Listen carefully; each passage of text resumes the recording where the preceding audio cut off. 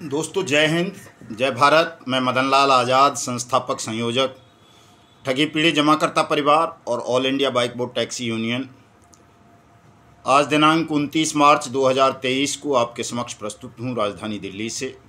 कुछ खास सूचनाएं, खास समाचार और एक बहुत बड़ी खबर प्रधानमंत्री कार्यालय से जुड़ी हुई आप सबको बताने के लिए।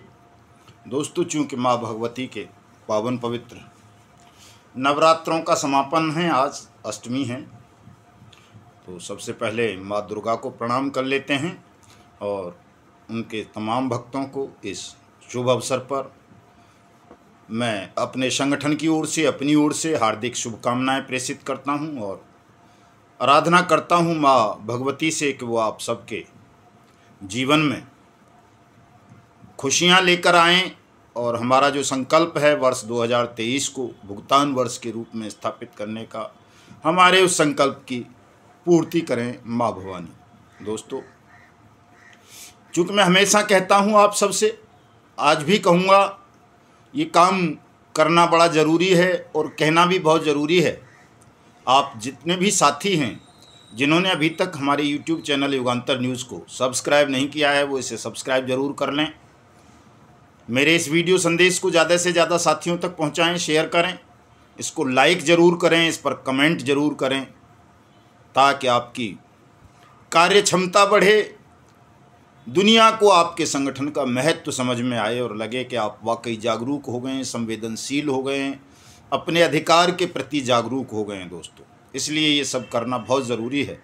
अगर दुनिया को आप ये सिद्ध नहीं कर पाए कि आप अपने अधिकार के प्रति, अपनी डूबी हुई रकम के प्रति गंभीर हैं, तो ये दुनिया इतनी मक्कारों से, ठगों से भरी हुई है, इतने षड्यंत्र कदम कदम पर हैं कि आपका पैसा कोई भी देना नहीं चाहेगा।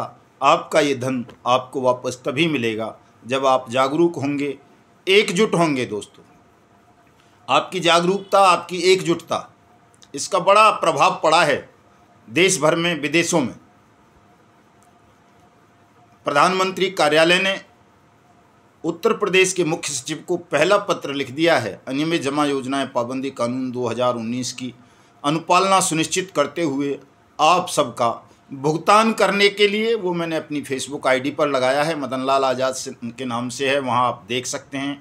हमारे जिला अध्यक्ष हमीरपुर बच्चीलाल प्रजापति जी के नाम वो पत्र आया है और जिन जिन जिला अध्यक्षों ने 14 मार्च को या उससे पहले कोई भी पत्र प्रधानमंत्री कार्यालय या मुख्यमंत्री जी को भेजे हैं, उन सब पर इसी तरह से जवाब आने हैं, रिप्लाई आनी है। दोस्तों, प्रधानमंत्री कार्यालय में जिन जिन राज्यों के ठगी पीड़ितों के भुगतान के आवेदन जा रहे हैं, उन सबको अलग अलग काउंटर्स पर राज्य वाइज भेजा जा रहा है। सब राज्यों के चीफ सेक्रेटरीज को प्रधानमंत्री कार्यालय पत्र लिखेगा और उनसे अनियमित जमा योजनाएं पाबंदी कानून 2019 वाट्स एक्ट की अनुपालना सुनिश्चित करने को, आपका भुगतान करने को कहेगा। जो लोग व्यक्तिगत रूप से प्रधानमंत्री कार्यालय में अपने भुगतान के दावे प्रस्तुत कर रहे हैं डाक से या स्वयं आकर, उन पर भी निश्चित रूप से कार्रवाई होगी, सभी साथियों का भुगतान होगा। इसलिए मैं तमाम साथियों से अनुरोध करूंगा कि जो भी देश के 42 करोड़ ठगी पीड़ित जमाकर्ता परिवार हैं, वो सब अपने अपने भुगतान के दावे स्पीड पोस्ट से या स्वयं प्रधानमंत्री कार्यालय साउथ ब्लॉक नई दिल्ली केंद्रीय सचिवालय आकर जमा करें। दोस्तों, और पूरा वीडियो ध्यान से सुन लिया करो दोस्तों, क्योंकि बड़ी महत्वपूर्ण बातें मैं बताता हूँ बीच बीच में रुक करके। मेरी ऐसी ही लय है, ऐसी ही आदत है, तो इसको पूरे वीडियो को आप तमाम साथी ध्यानपूर्वक सुन लिया करें दोस्तों, ताकि आपकी समझ में सारी बातें आ सकें और आप निश्चित रूप से जीत की ओर बढ़ रहे हैं। आपका संगठन हिंदुस्तान का सबसे विशालतम संगठन बन गया है, तो इसलिए इसकी ज़रूरतें भी कुछ बढ़ गई हैं। आपको ऐसा लगता होगा मदन लाल जी यार पहले तो कुछ कहते नहीं थे, अब बहुत कहते हैं। तो दोस्तों, पहले आप बहुत छोटी संख्या में थे, मैं अकेला आप सबको हैंडल कर लेता था। आज आप इतने ज़्यादा हो गए हो कि करोड़ों में हो। 2 लाख से ज़्यादा तो ठग कंपनी और ठग क्रेडिट कोऑपरेटिव सोसाइटीज़ हैं और उनके विक्टिम 42 करोड़ हैं।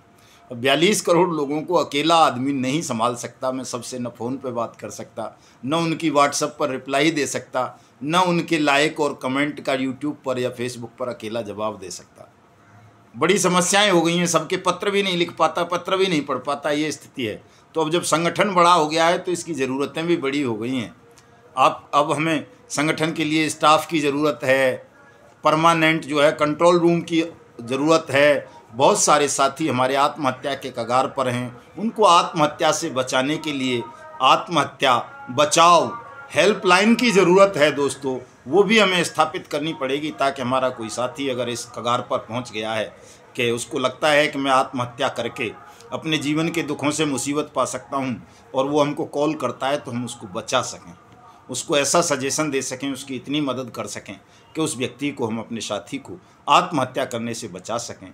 तो इन तमाम चीज़ों के लिए एक व्यवस्थित ढंग से इस पूरे संगठन को चलाने की ज़रूरत है दोस्तों, और उसके लिए धन की आवश्यकता है, क्योंकि बिना धन के ऐसा नहीं हो सकता कि हम किसी इतने बड़े संगठन को चला सकें, व्यवस्थित कर सकें, तमाम लोगों की सहायता कर सकें।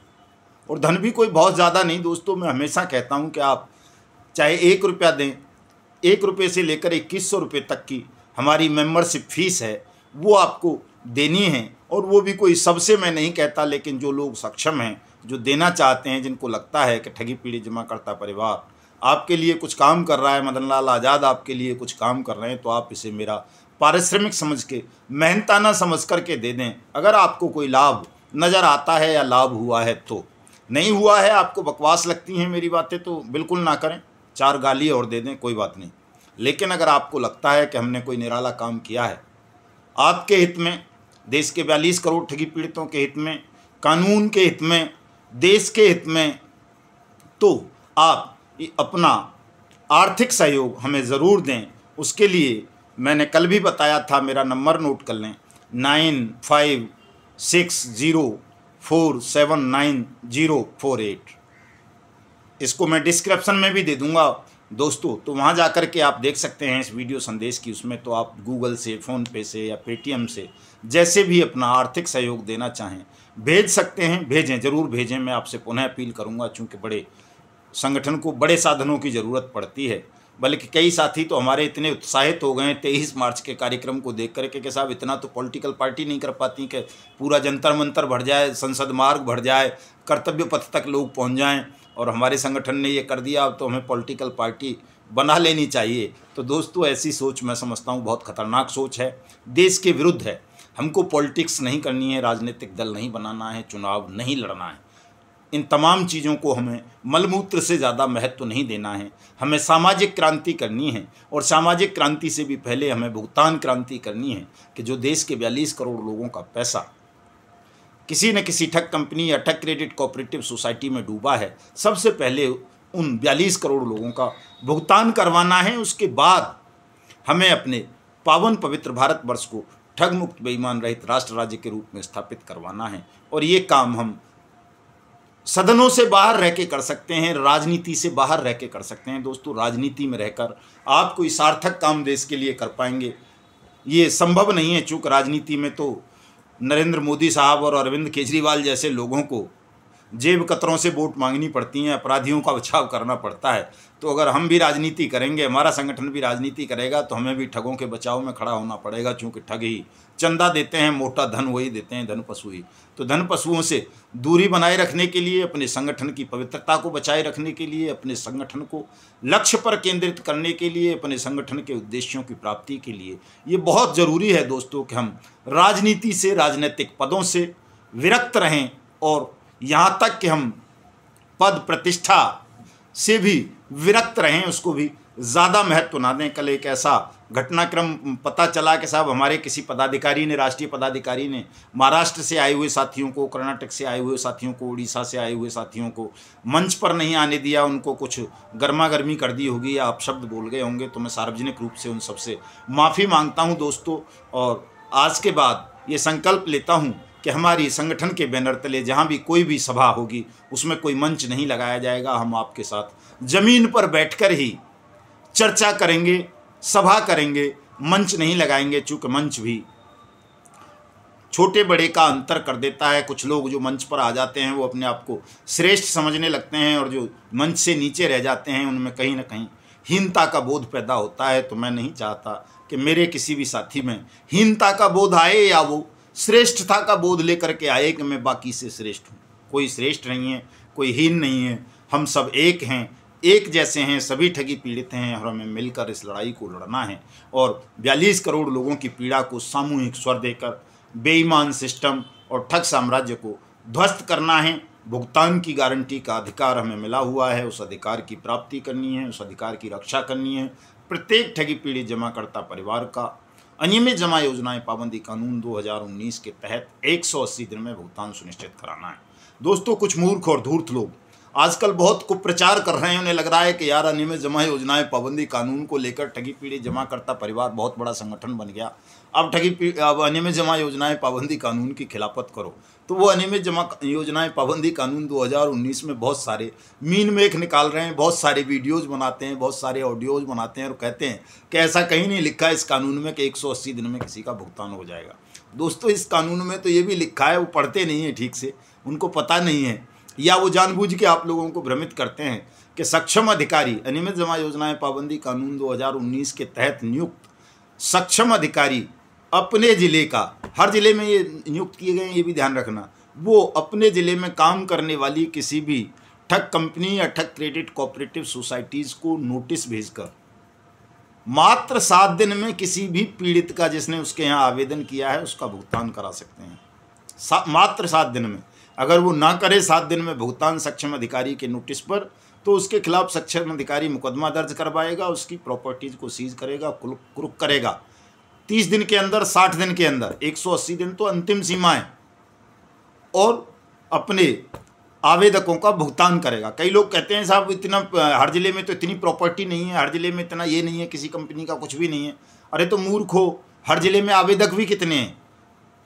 सक्षम अधिकारी की जो ड्यूटी है वो केवल उनकी है जो उसके पास आवेदन करेंगे, उनका भुगतान कराने की ड्यूटी है। ये नहीं है कि किसी ज़िले में 5 लाख लोग हैं और वो घर बैठे हैं तो सबका भुगतान करा देगा, सबका नहीं कराएगा। यदि उसके पास 2 व्यक्तियों ने आवेदन किया है तो वो केवल 2 व्यक्तियों का भुगतान कराने के लिए अधिकृत है, बाकी से उसका कोई लेना देना नहीं है। इसलिए तो मैं कहता हूँ कि सब लोग ज़्यादा से ज़्यादा आवेदन करें अपने भुगतान के, ताकि सबका भुगतान हो सके।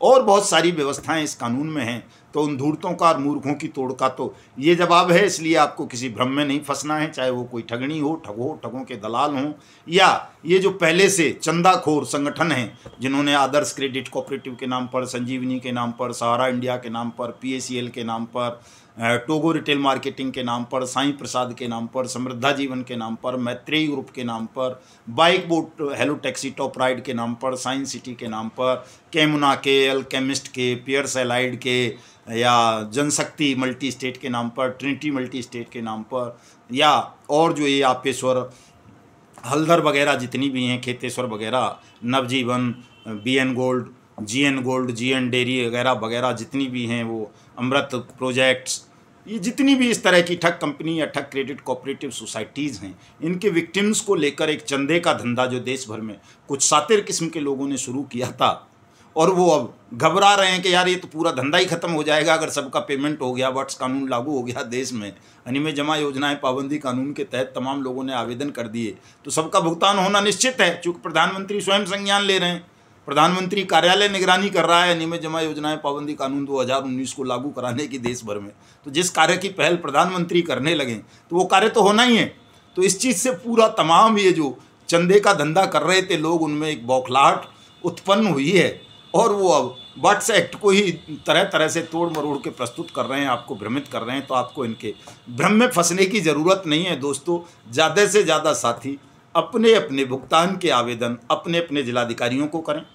अगर वो हाथ से नहीं लेते हैं, काउंटर नहीं खोले हैं उन्होंने, जिलाधिकारियों ने आपके राज्य में, आपके ज़िले में, तो रजिस्टर्ड डाक से उसको भेजिए, और उसी की कॉपी लगा करके कि हमने अपने जिलाधिकारी को ये दिया था, एक प्रधानमंत्री के यहाँ भुगतान का आवेदन भेजें। मेरी फेसबुक ID मदन लाल आज़ाद पर वो है, नहीं तो गूगल पर सर्च मार लें मदन लाल आज़ाद इमेज करके, उसमें आ जाते हैं तमाम तरह के आवेदन, वहाँ से भी आप ले सकते हो। मुझे फ़ोन करने की उसके लिए ज़रूरत नहीं है दोस्तों, और अगर मुझे फ़ोन करना है, मुझसे सहायता चाहिए, तो आपको हमारे संगठन का मेंबर बनना पड़ेगा, मेरा मेहनताना देना पड़ेगा, मजदूरी देनी पड़ेगी आपको। बिना मजदूरी लिए अब मैं नहीं कर पाऊँगा किसी का भी काम, ना आप आर्थिक सहयोग करोगे ना मजदूरी दोगे, तो मैं तो सूख सूख के बेटौरा हो जाऊँगा। देख रहे हो क्या हालत कर दी है आपने।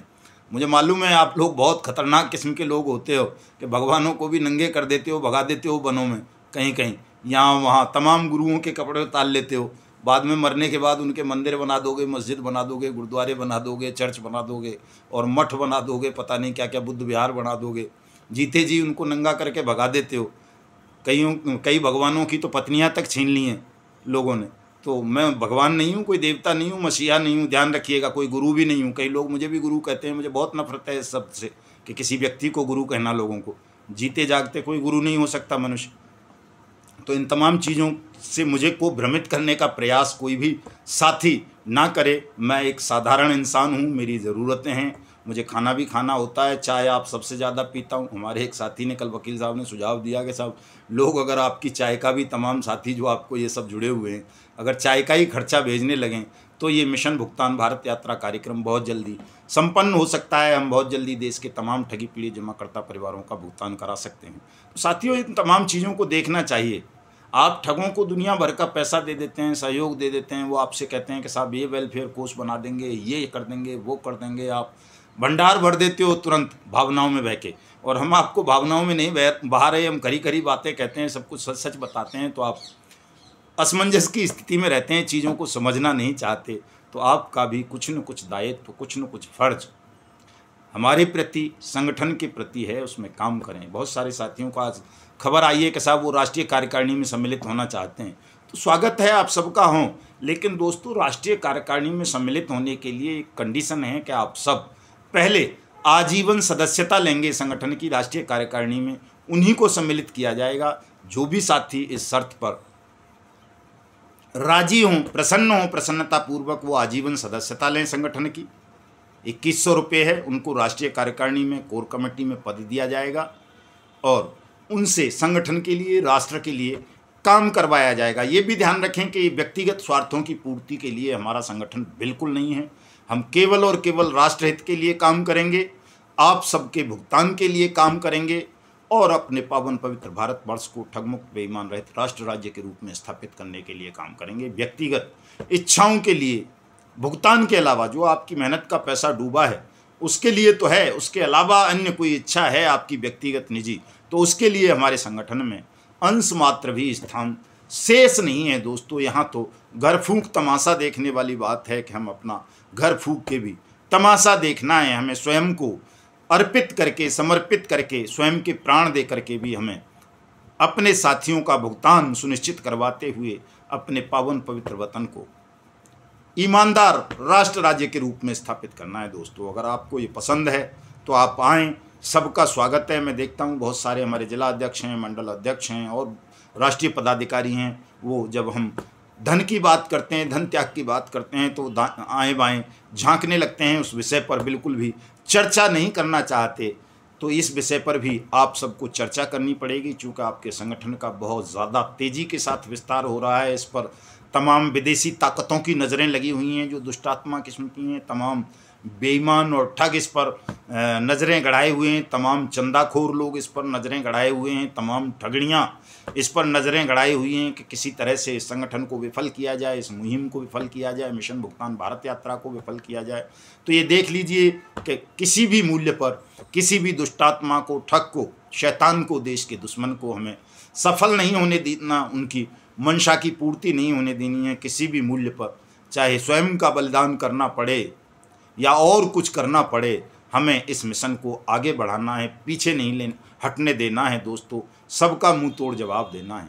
और आज के इस वीडियो संदेश के माध्यम से मैं उन तमाम अपने सहयोगी संगठनों से या जो हमारे जैसा काम कर रहे हैं या जिनकी नीयत वास्तव में ठगी पीड़ितों का भुगतान कराने की है, उनसे भी अपील करूंगा कि वो सब भी हमारे मिशन भुगतान भारत यात्रा कार्यक्रम में सादर आमंत्रित हैं। 3 अप्रैल 2023 से हम राष्ट्रीय स्वयंसेवक संघ के मुख्यालय नागपुर से अपनी मिशन भुगतान भारत यात्रा कार्यक्रम का तीसरा चरण आरंभ करने जा रहे हैं और ये 2 अक्टूबर 2023 तक चलेगा। और इतने पीरियड में हम पूरे देश को जगाकर निश्चित रूप से सबका भुगतान सुनिश्चित कराएंगे। तो आप सब सादर आमंत्रित हैं। साफ नियत के साथ दोस्तों अपनी बदनीयती को त्याग दो।